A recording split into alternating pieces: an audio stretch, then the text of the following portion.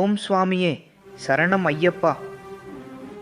இந்த மந்திரம் ஒலிக்கும் இடமெல்லாம் பக்தி பரவசம் பெருக்கெடுக்கும்.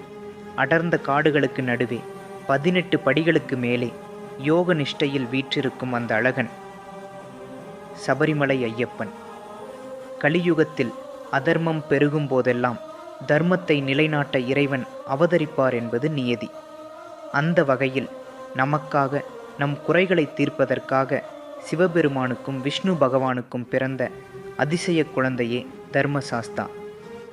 கேரளாவின் பம்பை நதிக்கரையில் தவழ்ந்து பந்தள அரண்மனையில் வளர்ந்து இன்று அகில உலகையே தன் அருளால் ஆட்சி செய்யும் அந்த ஐயப்பனின் வரலாற்றை முழுமையாக காண்போம். இது வெறும் கதையல்ல, இது சரணாகதியின் தத்துவம். இந்த வரலாறு கைலாயத்திலோ வைகுண்டத்திலோ தொடங்கவில்லை. இது ஒரு பழிவாங்கும் படலத்தில் இருந்து தொடங்குகிறது. முன்னொரு காலத்தில் மகிஷாசுரன் என்ற கொடிய அரக்கன் தேவர்களை துன்புறுத்தி வந்தான். அவனை கொல்ல அன்னை பராசக்தி மகிஷாசுர மர்த்தினியாக அவதாரம் எடுத்து அவனை வதம் செய்தாள். அரக்கன் அழிந்தான், உலகம் மகிழ்ந்தது. ஆனால் மகிஷாசுரனின் தங்கை மகிஷி தன் அண்ணனின் மரணத்தைக் கண்டு வெகுண்டெழுந்தாள். என் அண்ணனை கொன்ற தேவர்களை நான் சும்மா விடமாட்டேன் என்று சபதம் செய்தாள். பிரம்ம தேவரை நோக்கி மிக கடுமையான தவம் புரிந்தாள். அவளது தவத்தின் வெப்பம் 3 உலகங்களையும் வாட்டியது. இறுதியில் பிரம்மா அவள் முன் தோன்றினார். மகிஷி சாகாவரம் கேட்டாள். ஆனால் பிறந்தால் இறப்பு உறுதி என்று பிரம்மா மறுத்தார். அப்பொழுது மகிஷி ஒரு தந்திரமான வரத்தை கேட்டாள். பிரம்மதேவா, விஷ்ணுவுக்கும் சிவனுக்கும் பிறக்கும் ஒரு குழந்தையைத் தவிர வேறு யாராலும் எனக்கு அழிவு வரக்கூடாது. உலகில் ஆணும் ஆணும் இணைந்து குழந்தை பெறுவது இயற்கைக்கு முரணானது. எனவே எனக்கு அழிவே இல்லை என்று கர்வத்தோடு சிரித்தாள். பிரம்மா வரத்தை அளித்தார். அந்த வரத்தின் பலத்தால் மகிஷி இந்திரலோகம் சென்று தேவர்களை துரத்தி அடித்தாள். மூவுலகும் அவள் காலடியில் மிதிப்பட்டது. தேவர்கள் செய்வதறியாது சிவபெருமானிடமும் விஷ்ணுவிடமும் சரணடைந்தனர். மகிஷியின் வரம் விசித்திரமானது. ஆனால் இறைவனின் திருவிளையாடலுக்கு ஏது எல்லை? பார்க்கடலை கடைந்தபோது அசுரர்களை ஏமாற்றி அமிர்தத்தை தேவர்களுக்கு வழங்க விஷ்ணு பகவான் மோகினி அவதாரம் எடுத்திருந்தார். அந்த ஜெகன்மோகினி வடிவத்தின் அழகில் மயங்கிய சிவபெருமான் விஷ்ணுவுடன் இணைந்தார். சைவமும் வைணவமும் இணைந்த அந்த புனிதமான முகூர்த்தத்தில் ஒரு தெய்வீக ஜோதி உருவானது. அவரே ஹரிஹரசுதன். பிறந்த குழந்தையின் கழுத்தில் ஒரு ருத்ராட்ச மாலையும் மணியும் இருந்ததால் அவருக்கு மணிகண்டன் என்று தேவர்கள் பெயர் சூட்டினர். ஆனால் அந்த குழந்தை தேவலோகத்தில் வளரவில்லை. பூலோகத்தில் அதர்மத்தை அழிக்க வேண்டிய கடமை இருந்ததால் பம்பை நதிக்கரையில் ஒரு தாமரை மலர் போன்று அந்த குழந்தையை விட்டு சென்றனர் தேவர்கள். அதே காலகட்டத்தில் கேரள தேசத்தில் பந்தளம் என்ற நாட்டை ராஜசேகர பாண்டியன் என்ற மன்னன் ஆண்டு வந்தான். அவன் தர்ம சிந்தனை கொண்டவன், சிறந்த சிவபக்தன். ஆனால் அவனுக்கு ஒரு பெரும் குறை இருந்தது. திருமணமாகி பல ஆண்டுகளாகியும் அவனுக்கு வாரிசு இல்லை. ஒரு நாள் மன்னன் வேட்டையாடுவதற்காக பம்பை நதிக்கரைக்கு வந்தான். அப்போது காட்டில் ஒரு குழந்தையின் அழுகுரல் கேட்டது. குரல் வந்த திசையில் சென்ற மன்னன் அங்கே 1000 சூரியன்கள் ஒன்றாக உதித்தது போல் பிரகாசமான ஒரு குழந்தையை கண்டான். அப்பொழுது அங்கு ஒரு முனிவர், சில புராணங்களில் அகஸ்தியர் தோன்றினார். மன்னா, கலங்காதே, இந்த குழந்தை தெய்வத்தின் பரிசு. இவனை உன் அரண்மனைக்கு எடுத்துச் செல். இவன் கழுத்தில் மணி இருப்பதால் இவனுக்கு மணிகண்டன் என்று பெயரிடு. இவன் 12 வயது வரை உன்னுடன் இருப்பான். இவன் வளரும்போது இவன் யார் என்பது உனக்கு தெரியும் என்று கூறி மறைந்தார். மன்னன் மகிழ்ச்சியுடன் குழந்தையை வாரி அணைத்து கொண்டு அரண்மனைக்கு திரும்பினான். ராணிக்கும் எல்லையற்ற ஆனந்தம். பந்தள தேசமே விழா கோலம் பூண்டது. மணிகண்டன் வந்த நேரம் பந்தள ராணிக்கு இயற்கையாகவே ஒரு ஆண் குழந்தை பிறந்தது. அதற்கு ராஜராஜன் என்று பெயரிட்டனர். 2 குழந்தைகளும் ஒன்றாக வளர்ந்தனர். மணிகண்டன் சிறு வயதிலேயே அனைத்து கலைகளிலும் சிறந்து விளங்கினார். வேதம், வில்வித்தை, சாஸ்திரம் என அனைத்தையும் கற்க குருகுலம் சென்றார். குருநாதர் மணிகண்டனின் அறிவாற்றலைக் கண்டு வியந்தார். இது சாதாரண சிறுவன் அல்ல, தெய்வம் என்பதை அவர் உள்ளுணர்வால் அறிந்தார். கல்வி முடிந்ததும் குரு தட்சணை கொடுக்க மணிகண்டன் விரும்பினார். அப்பொழுது குருநாதர், மணிகண்டா, நீ யார் என்று எனக்கு தெரியும். என் மகன் பிறவியிலேயே ஊமையாகவும் குருடனாகவும் இருக்கிறான். அவனுக்கு பார்வை கொடுப்பதே நீ எனக்கு தரும் தட்சணை என்றார். மணிகண்டன் புன்னகைத்து குருவின் மகனைத் தொட்டார்.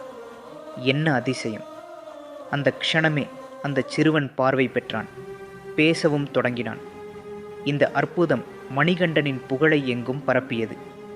குருகுலம் முடிந்து மணிகண்டன் திரும்பினார். மன்னர் ராஜசேகரன் மூத்தவனான மணிகண்டனுக்கே முடிசூட்ட முடிவு செய்தார். ஆனால் அரண்மனையில் ஒரு தீய மந்திரி இருந்தான். அவனுக்கு மணிகண்டன் அரசனாவதில் விருப்பமில்லை. அவன் ராணியின் மனதை கெடுத்தான். அரசியே, உங்கள் சொந்த மகன் ராஜராஜன் இருக்க காட்டில் கிடைத்த ஒருவனுக்கு முடிசூட்டுவதா? நாளை உங்கள் மகன் இவனுக்கு அடிமையாக இருக்க வேண்டுமா என்று விஷத்தை கலக்கினான். ராணியின் மனமும் மாறியது. மந்திரியின் ஆலோசனைப்படி ராணி தனக்கு தீராத தலைவலி, வயிற்று வலி இருப்பதாக நடித்தாள். வைத்தியரும் மிரட்டப்பட்டு பொய் சொல்ல வைக்கப்பட்டார். மன்னர் பதறினார். வைத்தியரே, இதற்கென்ன மருந்து என்று கேட்டார். அதற்கு வைத்தியர், மன்னா, இதற்கு புலிப்பால் கொண்டு வந்தால் மட்டுமே குணமாகும் என்றார். மன்னர் அதிர்ச்சியடைந்தார். புலிப்பால் கொண்டு வருவது மனிதரால் இயலாத காரியம். இதை அறிந்த 12 வயது சிறுவன் மணிகண்டன் முன்வந்தான். தந்தையே, கலங்காதீர்கள், தாயின் நோய் தீர்க்க நான் காட்டிற்கு சென்று புலிப்பால் கொண்டு வருகிறேன் என்றான். மன்னர் தடுத்தும் அவன் கேட்கவில்லை. இது தெய்வ சங்கல்பம். மன்னர் மனமே இல்லாமல் ஒரு தேங்காயில் நெய் நிரப்பி உணவுப் பொருட்களை கட்டி இருமுடியாக மணிகண்டன் தலையில் வைத்தார். கையில் வில்லும் அம்பும் ஏந்தி மணிகண்டன் காட்டுக்கு புறப்பட்டான். காட்டில் பஞ்சபூதங்களும் அவருக்கு வழிவிட்டன. மணிகண்டன் நேராக மகிஷி இருக்கும் இடத்திற்கு சென்றார். எருமேலி காட்டில் இருவருக்கும் இடையே பயங்கரமான போர் மூண்டது. மகிஷி தன் மாயவித்தைகளை காட்டினான். ஆனால் ஹரிஹர சுதனின் முன்னால் அவை எடுபடவில்லை. இறுதியில் ஐயப்பன் மகிஷியை தூக்கி எறிந்து அவள் மீது ஏறி நடனமாடி அவளை வதம் செய்தார். மகிஷி வீழ்ந்ததும் அவள் உடலில் இருந்து ஒரு சாப விமோசனம் பெற்ற அழகான பெண் வெளிப்பட்டாள். அவளே லீலாவதி. அவள் மணிகண்டனை வணங்கி, சுவாமி, என்னை ஏற்றுக்கொள்ளுங்கள் என்றாள். அதற்கு மணிகண்டன், நான் நித்திய பிரம்மச்சாரி என்று என்னை காண கன்னி சாமிகள், முதல் முறை வரும் பக்தர்கள் வராமல் இருக்கிறார்களோ, அன்று உன்னை மணக்கிறேன். அதுவரை நீ மாளிகப்புறத்து அம்மனாக என் சந்நிதிக்கு இடதுபுறம் அமர்ந்திருப்பாய் என்று அருளினார். மகிஷி அழிந்ததும் தேவர்கள் பூமாரி பொழிந்தனர். இந்திரனே புலியாக மாறினான். மணிகண்டன் அந்த புலியின் மீது ஏறி பந்தளம் திரும்பினார். புலிமேல் மணிகண்டன் வருவதைக் கண்டு பந்தள தேசமே நடுங்கியது. ராணியும் மந்திரியும் தங்கள் தவறை உணர்ந்து காலில் விழுந்தனர். மன்னர் ராஜசேகரன், மகனே, நீ தெய்வம் என்பதை அறியாமல் இருந்து விட்டேன் என்று கண்ணீர் விட்டார். மணிகண்டன், தந்தையே, என் அவதார நோக்கம் முடிந்தது. நான் சபரிமலையில் தவம் செய்யப் போகிறேன் என்றார். அவர் ஒரு அம்பை எய்தார். அந்த அம்பு சபரிமலையில் விழுந்த இடத்தில் தனக்கு கோயில் கட்டச் சொன்னார்.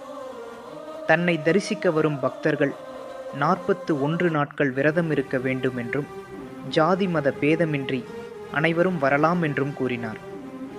தன் நண்பரான வாவர் சுவாமிக்கும் இஸ்லாமியர் அங்கே இடம் கொடுத்தார். 18 படிகள் அமைக்கப்பட்டன.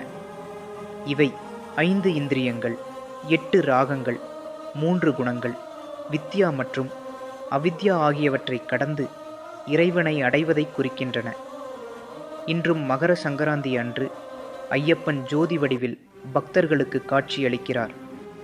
தத்துவமசி, அதாவது நீ தேடும் தெய்வம் உனக்குள்ளேயே இருக்கிறது என்ற தத்துவத்தை உலகுக்கு உணர்த்தி சபரிமலையில் அமர்ந்து அருளாட்சி செய்கிறார் அந்த மணிகண்ட பிரபு. நாமும் அந்த 18 படி ஏறி அவன் தாழ் பணிவோம். கல்லும் முள்ளும் காலுக்கு மெத்தை. சுவாமியே, சரணம் ஐயப்பா.